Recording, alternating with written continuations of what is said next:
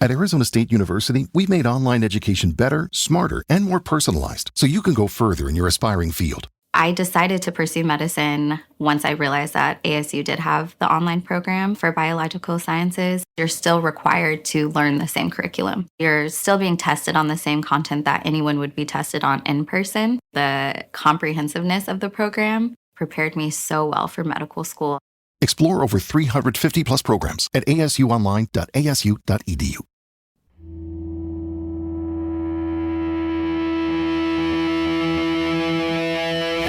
Hello and welcome to this throwback episode of Our Fake History. Today I'm throwing you all the way back to season 1 for episode 4, Real Ninjas? ? Listening back to this one, it strikes me how I was experimenting with just how playful this podcast could be.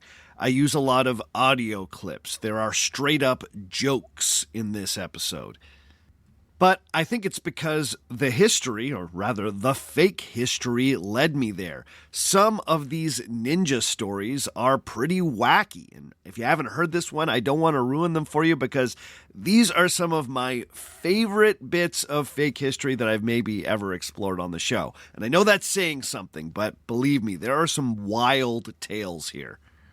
This episode is also notable because it was the first time I used a source written by the pop historian John Mann. Now, I really love John Mann's work because he takes complicated historical topics and makes them really accessible for the average reader. He often weaves in a bit of a travel narrative to a lot of his writing. But one thing you have to be aware of when you're using a popular history is that it may not be as academically rigorous as something written for an academic audience. Pop histories are great for getting the broad strokes of a topic and being introduced to a lot of the sort of narratively juicy parts of a story. So I turn to them quite a bit. However, I'm also careful to check what's in them off of other sources. I've been burned before by certain pop histories. But John Mann has never burned me. And in fact, I'm always pumped when one of my topics leads me towards a John Mann book, because I just like reading them. For me, they're really fun. I used one of his books on Attila the Hun. I've read his books on Marco Polo. I read his book on the first Chinese emperor. I like John Mann, and so, hopefully one day I get to meet that guy. To be honest, John Mann, if you're out there listening, come on the show. You're my guy. Now, the reason that I've decided to throw you all back to this episode on ninjas is because our next series is going to be all about the Imjin War. This was a massive conflict between Japan, Korea, and Ming China in the late 1500s. Now, my plan for that series is to have a special focus on the Korean side of the story because I haven't had a chance to explore Korean history in any sort of depth. And there's a lot of interesting mythology, especially on the Korean side of that conflict. But because that is a story about Japan invading Korea, obviously the history of Japan is going to come up. The Imjin War grew out of Japan's so-called Warring States period that gets discussed in this episode. I got even deeper into that period when I was looking at Yasuke, the alleged African samurai. In fact, that Yasuke series explores Japan's history right up to the rise of a figure known as Toyotomi Hideyoshi. Toyotomi Hideyoshi would be the leader who would invade Korea during the Imjin War. So if you want the full Our Fake History journey right up to the Imjin War, then please listen to this throwback episode, then go back and check out the Yasuke series. With all of that background on Japan, hopefully you will then be primed to learn about Korea and their experience in the late 16th century. In the meantime, though, please enjoy some fun stories about ninjas. Also, you'll notice one of my early pronunciation flubs in this episode. I mispronounced the name Oda Nobunaga a number of times, and then I apologize for it at the end. If I was making this episode today, I probably would have gone back and edited out all of my flubs, but this was episode 4, so I was making it up as I was going along here. All right, please enjoy episode number 4, Real Ninjas?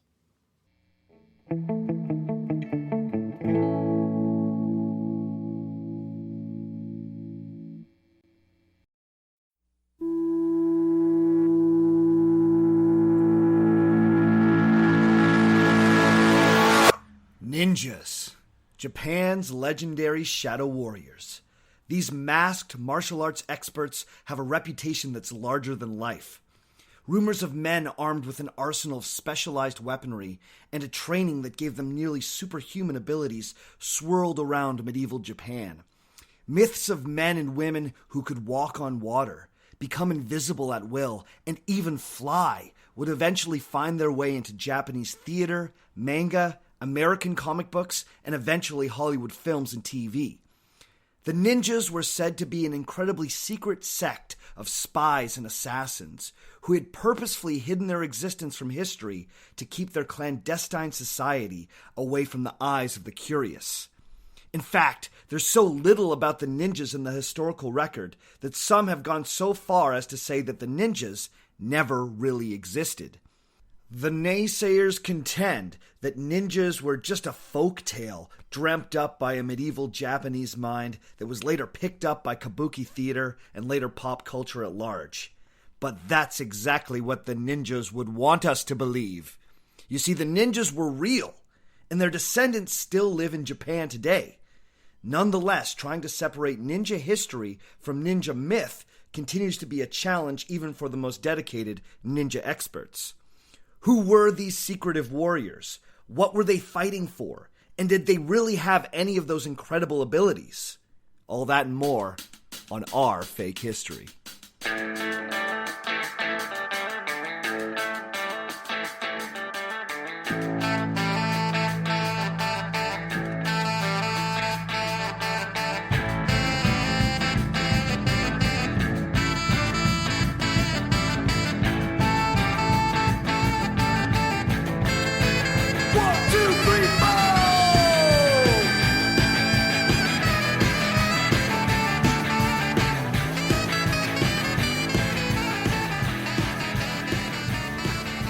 Episode 4, Real Ninjas? Hello and welcome to Our Fake History. My name's Sebastian Major, and this is the podcast where we look at historical myths and try and determine what's fact, what's fiction, and what is such a good story that it simply must be told. Today we are going to look at one of Japan's greatest combinations of history and legend, ninjas. Now, I'm one of those millennials who was born in the 80s but came of age in the 90s. And if you were a kid in the 90s, you were deeply familiar with ninjas. They were literally everywhere. There were the Three Ninjas, the Surf Ninjas, Beverly Hills Ninja, Ninja Gaiden, all of the ninjas in Mortal Kombat, and, of course, the Teenage Mutant Ninja Turtles, just to name a few. There was even the ninja rap. Hey, Ice, how did that go again? Go ninja, go ninja, go. Go ninja, go ninja, go. Go ninja, go ninja, go. Go, go, go, go. Oh yeah, thanks. Anyway, I think we can safely say that in the 90s, our culture had reached peak ninja. These masked warriors, or shinobi, as they're also known, so completely saturated our culture that they became completely divorced from their historical context. The ninja had become a timeless fantasy character with more in common with wizards and elves than real people from medieval Japan. As such, it's been a common misconception that ninjas were entirely mythological. But this is not true. I'm extremely happy to report that ninjas really did exist. They really did operate in secret, practiced the art of deception, created elaborate disguises, and even employed special tools to carry out their missions. However, the history of ninjas is so deeply tangled up in Japanese folklore, separating the fact from the fiction can seem nigh on impossible. But That's what we do here at Our Fake History, so on with the show. First, we need to get some important historical context so we can understand the times that gave birth to the ninjas. I'll take this moment right now to apologize in advance for my butchering of the Japanese language. I'm going to do my best, but if you actually speak Japanese, I'm deeply sorry. Anyway, the first true ninjas can trace their roots to the Sengoku Jidai, or Warring States period in Japanese history. This is a point in time when all central authority in Japan completely broke down, leading to over 100 years of civil war. Before this point, Japan had been ruled by emperors from the famous Yamato clan, who claimed to be descended from the sun goddess Amaterasu. Except the emperors never really had true political power. Even from the earliest days, the emperors were essentially the puppets of other powerful families, ambitious Buddhist monks, and most famously, the military dictators known as the shoguns. Even though the puppet masters were constantly changing, the puppet remained the same. The Yamatos would always be the emperors. Even today, the current emperor of Japan is still a Yamato, giving the Japanese one of the longest unbroken dynasties in human history. Before the Sengoku Jidai, the status quo had been that the shoguns held the real power, and the emperor simply looked pretty on state occasions. But leading up to the Warring States period, the shogun himself had lost his power, and in turn became a puppet of a powerful clan. This started a war to essentially see who would puppet the puppet master. There's a lot of puppets, guys. But the war quickly spun out of control, and soon every local lord, or daimyo as they're known in Japanese, was raising an army and creating their own little mini kingdom. Things got so bad for the emperors that during this period they became homeless, with one emperor even selling his autograph on the street to make ends meet. It was in this chaotic period of seemingly endless war between the daimyo that the people of two small provinces in Japan's interior came together to create a remarkable form of local government. In the summer of 1494, the peasants and the landowning samurai in the provinces of Iga and Koga created two binding legal documents that were witnessed by a Buddhist monk named Shensei. These documents were essentially early constitutions for something called an iki, a semi-democratic communal farming society that would exist right in the heart of feudal Japan. You see, the provinces of Iga and Koga were unique in their natural geography and proximity to the capital of Kyoto. Also, an allegiance to a powerful local temple had kept them out of the sphere of influence of any one of these powerful daimyos. Essentially, they had no local lord they had to pay homage to, and the mountainous terrain of their homeland meant that it was notoriously difficult for invaders. Iga and Koga seized on the opportunity presented by the lack of central authority to create their own small, peasant-run democracies. The provinces of Iga and Koga agreed to cooperate, despite some ongoing family feuding that never really went away. But, in the name of the common good, they agreed that a council made up of landowning peasants would convene regularly at a Shinto holy place to make decisions. But most importantly for our story, the people of Iga and Koga pledged to defend their homeland at all costs. They also pledged that for their defense they would not enlist the talents of wandering samurai. These guys were known to be trouble and often liked to lord themselves over the peasants. Instead, all of the defense would be homegrown. There was only one choice. Everyone in Iga and Koga must become a ninja.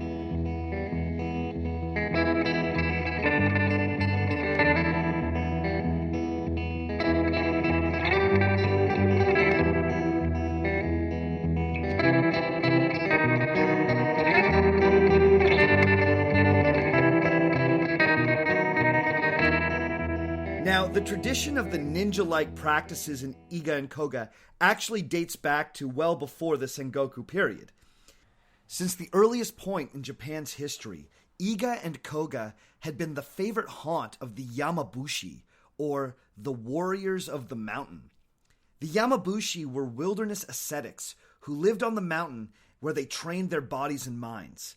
Now, despite their name, the Yamabushi were not actually warriors. Instead, they were holy men seeking enlightenment by putting their bodies through rigorous exercises. Their intense religious practice was known as shugendo and included running through the forest shoeless, climbing cliffs, eating only what could be found in the woods, and sitting for hours under freezing waterfalls in the middle of winter. Apparently, there are still many people who actively practice shugendo in Japan, which is obviously badass. When the people of Iga and Koga decided to take the defense of their province into their own hands, they borrowed from the traditions of shugendo for their own ninja training. Indeed, many ninja also considered themselves to be Yamabushi. From there, the warriors of Iga and Koga developed a set of skills that made them exceptional spies and assassins. You see, the ninjas were essentially the polar opposite of Japan's other most famous warrior, the samurai. Samurais were the proud warrior class in Japanese society who lived by a very strict code of personal honor known as Bushido, or the way of the samurai. In early times, when samurais fought, they proudly displayed themselves on the battlefield, where they would loudly proclaim their name and their heritage before challenging their opponent to single combat. Even in the more pragmatic Sengoku times, when single combat was less likely, the samurai were still flashy and glory-hungry and would often wear large flags on their back so they could be easily seen during the battle. That way their great deeds could be witnessed and recorded. A samurai's honor was so essential to his identity that if he failed in a mission or found himself surrounded by enemy forces, he would commit a type of ritual suicide known as harikari or seppuku. To properly commit seppuku, the samurai would thrust his dagger into his stomach and then drag it across the front of his guts so his entrails would spill out in front. In some cases, a friendly samurai might assist you in seppuku by chopping off your head once your guts were out. This, as you might imagine, was not the way of the ninja. For instance, no self-respecting ninja would wear a flag on his back. That kind of defeats the purpose. The ninja were interested in being completely undetected and mysteriously anonymous. The ninja didn't want you to know who he was or where he was. Also, the ninja was less interested in ritual suicide. The number one goal of the ninja was always survival. And indeed, the Yamabushi-inspired ninja training focused heavily on survival techniques. For samurais, taking your own life was seen as deeply heroic and honorable.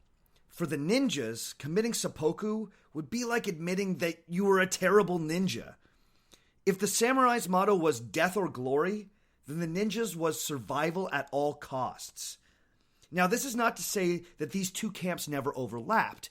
Indeed, there were some ninjas who were also samurais, including the famous Hattori Hanzo, but more on him later. Now, as you can imagine, armies needed spies, assassins, and special ops troops. These were jobs that many samurai simply were not suited for. As the wars of the Sengoku Jide wore on, the men of Iga and Koga began to gain a reputation for being exceptionally talented spies and special ops troops.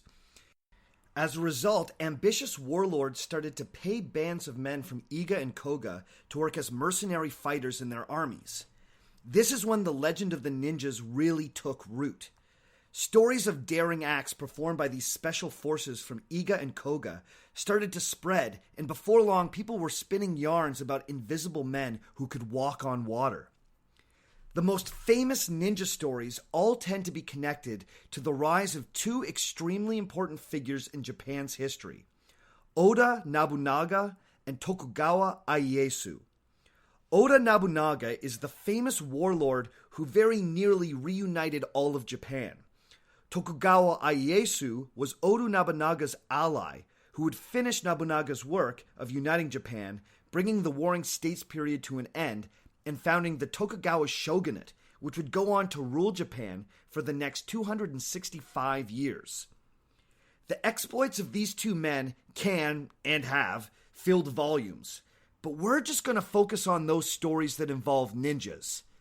For these stories to make sense, all you need to know is that for most of the Warring States period, these two guys were rolling through Japan, fighting battles, putting castles under siege, and bringing rebellious lords under their control.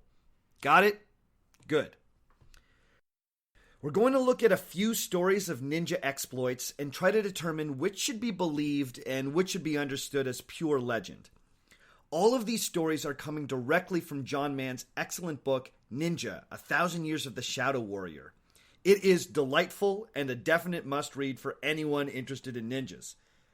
The following is adapted from John Mann's retelling of one of the most famous ninja legends, the strange death of Usagi Kenshin, as recounted in Don Draeger and Robert Mann's 1969 tome, Asian Fighting Arts. Usagi had been one of those troublesome daimyo, or local lords, who had dared to defy Oda Nobunaga. So, Nobunaga recruited a ninja from Iga to take care of Kenshin. So let's hear that story.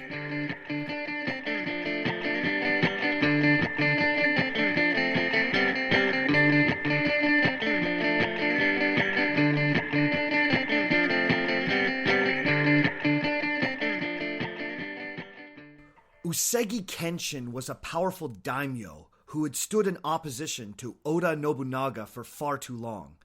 To rid himself of a tiresome enemy, Nobunaga dispatched 4 ninjas to assassinate the daimyo, led by one Ukifune Kenpachi. They snuck into his castle late at night, but they were spotted by Kenshin's own ninja guards. Kenpachi and his comrades quickly hid in the ceiling and killed all of the guards using poisoned darts shot from blowguns. However, the head of the guards was not directly hit and only played dead. When the ninjas left their hiding spot, he was able to trap them with the help of some reinforcements. Kenshin had the intruders executed. Hearing of the failure, Nobunaga was deeply frustrated, but he was determined to have Usagi Kenshin killed. It was then that another ninja came forward. His name was Ukifune Jine. He was the brother of the ninja who had led the failed raid and had been executed by Kenshin. As well as being a superb ninja warrior, Ukifune Jine was also a dwarf who stood no more than 3 feet tall. This small-statured ninja volunteered to finish the job that his brother had started, and so Oda Nobunaga sent him on the mission. The tiny ninja snuck into Usagi Kenshin's castle and found his private lavatory. The ninja then climbed into the medieval toilet, think of an outhouse but indoors, and waited. He used a technique known as the ground spider to suspend himself halfway down the pit. Eventually, Usagi Kenshin entered the bathroom and sat down on the toilet. Then the ninja struck, taking his spear, ramming it up the butt of the squatting Kenshin. Apparently, the blow was so forceful that the head of the spear eventually popped out of the daimyo's mouth. When Kenshin's guards ran in to investigate, the ninja was nowhere to be found. The crafty Ukifune Jine, the little person ninja, had dove down into the nasty pool of excrement at the bottom of the latrine, breathing by using the scabbard of his sword as a kind of ninja snorkel. Flummoxed, the guards set out to search the castle, and Ukifune Jine snuck away undetected. The end.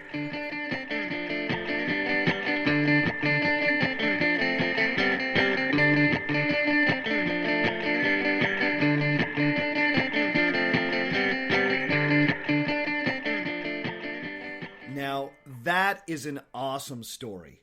Dwarf ninjas stabbing guys in the butt? You gotta be kidding me. This is a story that I definitely wanted to be true, but sadly, it is most certainly an invention of later storytellers. How do we know this? Well, first, as always, we need to evaluate our sources. As I mentioned before, the most complete version of this story comes from a book authored by Don Draeger, an American martial arts expert who consulted on James Bond films. Draeger is an interesting character in his own right, and was key in popularizing Asian martial arts in the West. Draeger's source for the Toilet Ninja story was a compilation of Japanese legends published only 4 years earlier in 1965. And that source's source was an undated manuscript. With sources that sketchy, you need to be skeptical. Even more convincingly, modern ninja expert, historian John Turnbull, has pointed to sources that give a very different account of Usagi Kenshin's death.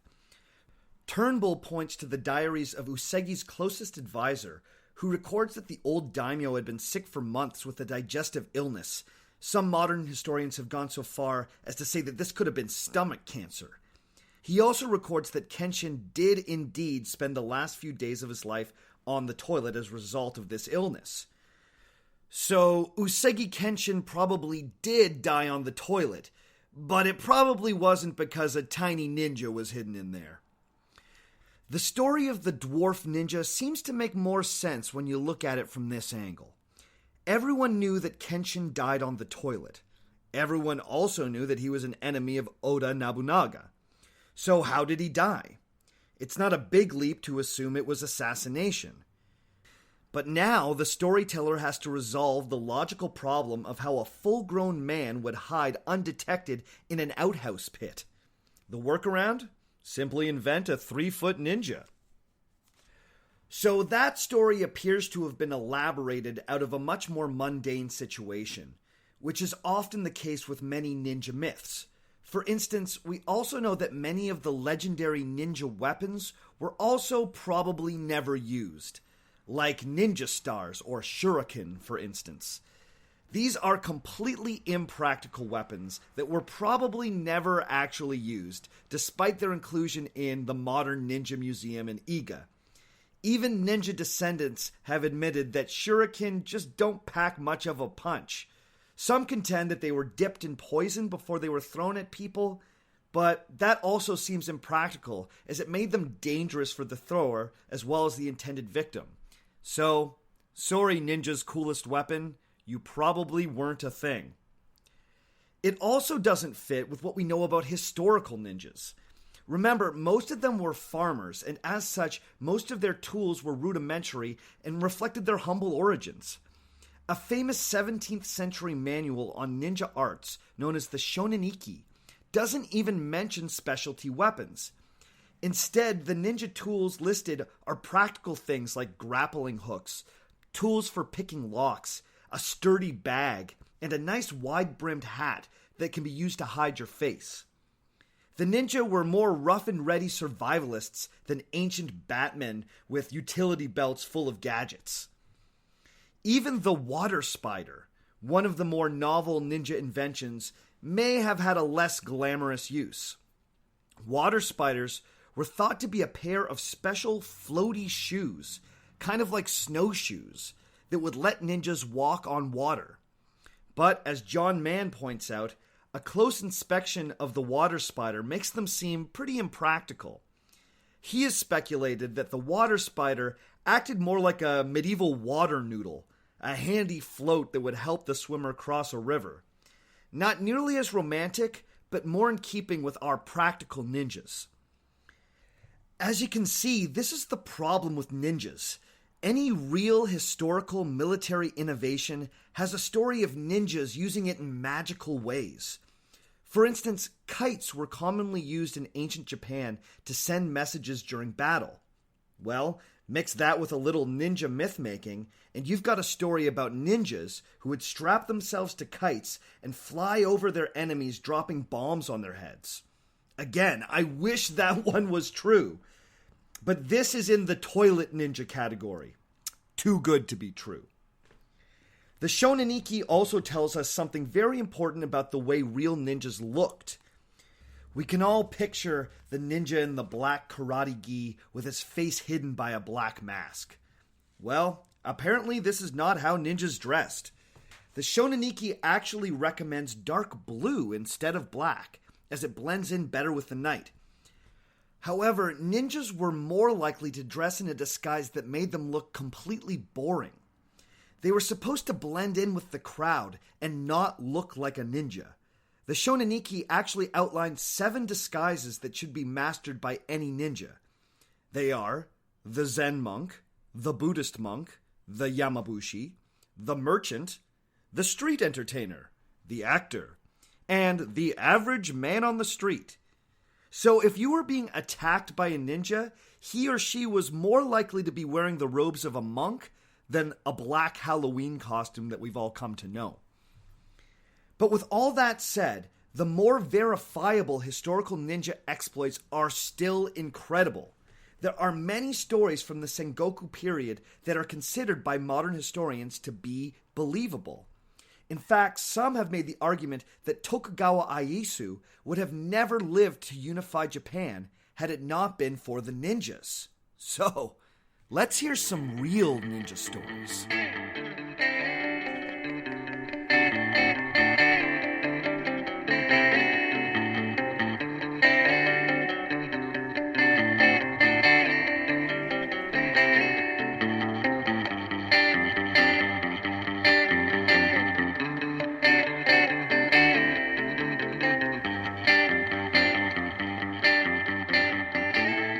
In the early days of the Sengoku period, Tokugawa Ieyasu, the young daimyo who had just allied himself with the fearsome Oda Nobunaga, found himself in a bad spot. The Imagawa clan were holding his entire family hostage in a castle. Ieyasu needed to attack this castle, not only to save his family, but also to prove his loyalty to Oda Nobunaga. However, an all-out assault was completely out of the question, because it would surely lead to the execution of his wife and his children. The castle needed to be taken in a more subtle fashion, so Tokugawa Ieyasu called on a band of ninjas from Koga. The Koga ninjas devised a plan. Some 80 ninjas would sneak into the castle, whereupon they would disguise themselves as the castle defenders. Then, when the time was right, the ninjas would start moving through the castle, killing men as they went. They would be able to recognize each other by the use of a secret hand signal and a password. When the ninja onslaught began, the defenders were completely confused, thinking that they were being attacked by traitors from among their own ranks. The ninjas then started setting fires, and the bewildered defenders fled the castle. One ninja found the castle's commander hiding in the Hall of Prayers. He promptly beheaded the man and took his head back to Tokugawa Ieyasu. The victory was complete, and Ieyasu's family was saved. Now, flash forward many years in the future. Tokugawa Ieyasu has earned an impressive reputation, but the wars of the Sengoku Jide are far from over. Tokugawa Ieyasu has once again found himself in a tough spot. He had suffered a tough defeat at the hands of an enemy, and had limped back to a castle he controlled with just 5 men at his side. Luckily for him, the ninja Hattori Hanzo was his ally, and he was one of those 5 men. Now, sidebar. If Hattori Hanzo sounds familiar, it's because he is perhaps one of the most famous pop culture ninjas. There used to be a Japanese martial arts TV series called Shadow Warriors that features Hattori Hanzo as the hero. This series hugely influenced Quentin Tarantino, who would feature Hattori Hanzo in his movie Kill Bill. If you don't remember, Hattori Hanzo is the name of the famous sword maker disguised as a sushi chef who makes Uma Thurman her kick-ass katana. The real-life Hattori Hanzo is one of Japan's most famous warriors and one of the few people in history to hold the distinction of being both a ninja and a samurai. Now, cut back to medieval Japan and Tokugawa Ieyasu's dire situation. Most daimyo in Tokugawa's predicament probably would have taken the samurai way out and committed seppuku after writing a solemn death haiku. But Tokugawa Ieyasu was a survivor, which makes him much more of a ninja than a samurai. Instead of closing the castle gates, he insists that they remain open, and he gets his servants to light all of the braziers and to beat loud war drums to give the appearance of more than 5 soldiers being at the castle. Sure enough, the enemy stops advancing, convinced that Ieyasu is trying to lure them into a trap. The enemy forces set up a camp for the night, and this is when Hattori Hanzo strikes. Leading a small group of Iga ninjas, he sneaks into the enemy camp. Then, on his signal, the disguised ninjas start killing the enemy and setting fires. In the confusion, much of the enemy scatters, and the invading general becomes convinced that Tokugawa Ieyasu must have thousands of men behind the walls of the castle. The army retreats, and Ieyasu would live to fight another day.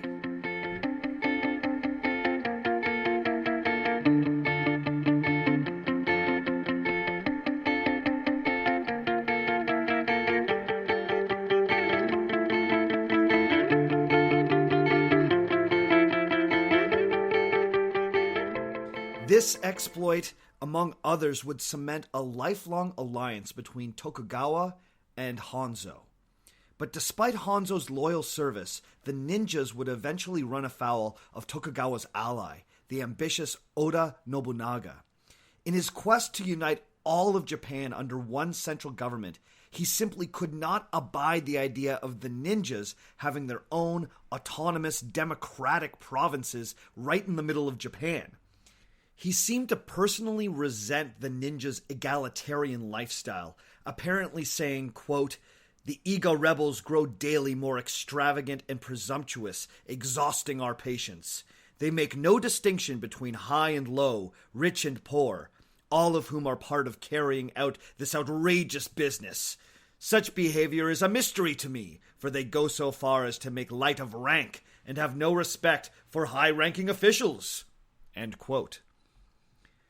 The ninjas' disdain for Japan's traditional hierarchy made them targets, but to a modern reader, it makes them so much cooler. Knowing that the real historical ninjas had no time for authority figures, well, this pleases me greatly. Oda Nobunaga was decidedly less pleased, and so sent his son to crush the ninja homeland of Iga. But the Iga ninjas were not to be easily defeated. The only way into the Iga province was through small mountain passes that the ninja defended using camouflaged earthen forts. The first attempted invasion ended in a disaster for Oda. The brightly colored, flag-waving samurai army were forced to file through these mountain passes in small columns, all while being watched by the hidden ninjas. Then a helpful fog rolled in, and an army of ninja descended from the side of the mountain and attacked. Oda's samurais were easy to spot in their colorful armor, whereas the ninjas seemed to blend in with the fog. The Oda column was almost completely destroyed, and the survivors fled from Iga, but the ninja victory would be short-lived. Oda would return 2 years later with a much larger army that even the crafty ninja could not defeat. A group of ninjas led by Hattori Hanzo would make an impressive last stand in one of their earthen forts, only to be overrun by Oda's superior numbers. Nonetheless, Hattori Hanzo led a group of survivors in a daring escape into the wilderness through the ninja training ground and Yamabushi haunt known as the 48 Waterfalls. The ninja were easily able to climb over the rock faces that they had trained on in their youth. These same rock faces would prove almost impossible for Oda's army to surpass. After the defeat of Iga, the ninja way of life seemed to be in its final days, but the ninjas, being the survivors that they are, would outlive their conqueror. Oda Nobunaga had nearly unified all of Japan when he was betrayed by one of his lords, and was trapped in a temple that was set on fire. Nobunaga would commit seppuku as to not give his enemies the satisfaction of killing him themselves. In the days that followed Nobunaga's death, there was mass chaos, and it was unclear who would fill the power vacuum. Nobunaga's allies became targets of would-be assassins, chief among them Tokugawa Ieyasu. Pursued by assassins, Ieyasu fled the capital of Kyoto, but was still a long way from his home province. Standing between Ieyasu and freedom were the ninja provinces of Iga and Koga, provinces who had no love for Oda loyalists after their recent defeat. But once again, Hattori Hanzo would save Ieyasu's bacon. Hanzo was still loyal to Tokugawa and helped him cross safely through the ninja provinces. He organized a group of ninja bodyguards for the daimyo, and also made use of lookalikes to impersonate Tokugawa and throw off would-be attackers. Thanks to the ninja, Tokugawa Ieyasu would once again survive, and Hattori Hanzo would forever be in the Lord's favor. Eventually, Ieyasu would rise up as Japan's ultimate unifier, bringing an end to the Warring States period and establishing a new shogunate that would rule Japan for the next 265 years. Hattori Hanzo was not forgotten. Ieyasu made him the head of his castle guard. Iga ninjas were employed by the shogun to both protect the people inside the palace and spy on the only recently pacified daimyo. The ninja would evolve from being freebooting mercenaries to becoming the secret police of the Tokugawa regime. In honor of Hattori Hanzo, every future leader of the castle guard also took that name. As a result, a myth that Hattori Hanzo was an immortal who could not be killed inevitably sprang up. Despite their new role working for the shogun, the ninja way of life would begin to fade away during the Tokugawa era. This is the period when ninja manuals like the Shoneniki start popping up. It seems strange that the ninjas would be so keen to give away their secrets. But author John Mann suggests that these may have been more like elaborate resumes. In a world that no longer needed ninjas, the ninjas themselves needed to make a more intense pitch for their continued relevance. In documents like the Shoneniki, John Mann sees a group of people saying, "We're still here! Respect us! Hire us! Don't forget about us!" Despite their efforts, ninjas would eventually become more common as subjects of art and kabuki plays than as actual warriors. The romantic portrayal of the ninja would never truly leave Japanese culture, and eventually it would be picked up with gusto by the rest of the world. So even though ninjas probably didn't use throwing stars or sai blades, nor could they become invisible or fly, they were still a remarkable part of Japanese history. This is definitely a case where the real stories of ninjas is almost better than the myth. The real ninjas were early democrats, striving to create a more equitable society within Japan. They worked outside the ancient Japanese samurai tradition to create a style of warfare that was incredibly modern. The ninjas may not have dressed in black, but they did scale walls, sow confusion, and save the day on a number of occasions. I don't think there's anything left to say, but... Go ninja, go ninja, go. Go ninja, go ninja, go. Go ninja, go ninja, go. Go, go, go, go. Thanks, Ice. Word to your mother. Okay, that's all for our fake history for this week. But just a quick production note.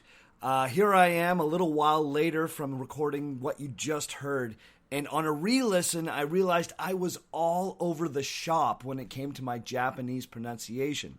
Specifically when it came to pronouncing the name of one of Japan's most famous people, Oda Nobunaga. It's not Oda Nobunaga, as I said a bunch of times. It's Oda Nobunaga. So if you were out there cringing every time I got that name wrong, I wholeheartedly apologize. This guy's kind of like the Julius Caesar of Japan. So it'd be like I was saying Julius Caesar the whole time. So yeah, I apologize once again. If you are interested in learning more about the show, please follow us on Twitter at ourfakehistory. Go to our website at ourfakehistory.com. Or reach out on email. Send us an email at ourfakehistory@gmail.com. You can also find us on Facebook, where you can get all kinds of news about what's happening next on the show and take a look at pictures and videos I like to post there. You can also go to iTunes, where you can rate and review the show. And I have to say a huge thank you to everyone out there that's put in a rating or a review. They really help, and they seem to have worked because we have been new and noteworthy for the past few weeks. We're actually currently number 2 if you're looking at the new and noteworthy section in history podcasts. So that's really awesome, and the only reason that happened is because people were rating and reviewing the show. So if you like the show, do a rating. It really helps. One more thing. Guys, I have a ton of extra ninja stuff that I wasn't able to get into the show this week, and I'm not really sure what to do with it. If you're interested in hearing more about ninjas, I might be willing to create a second show. But it all depends on if that's what people want. So if you want more ninja stuff, please reach out to me in all of those places I just mentioned, and maybe we can create an extras show. Maybe we can do something with that. But I'm just curious if people want more ninjas, so let me know if you do. All right, that's all for this week. As always, the theme music comes from Dirty Church. You can check them out at dirtychurch.bandcamp.com. And if you want to see Dirty Church live, you can check them out at the Cameron House playing with the Stormalongs on September 26th. So that's here in Toronto, Ontario. Go to the Cameron House September 26th and check out Dirty Church. All the other music you hear on the show is written and recorded by me. My name's Sebastian Major, and remember, just because it didn't happen doesn't mean it isn't real.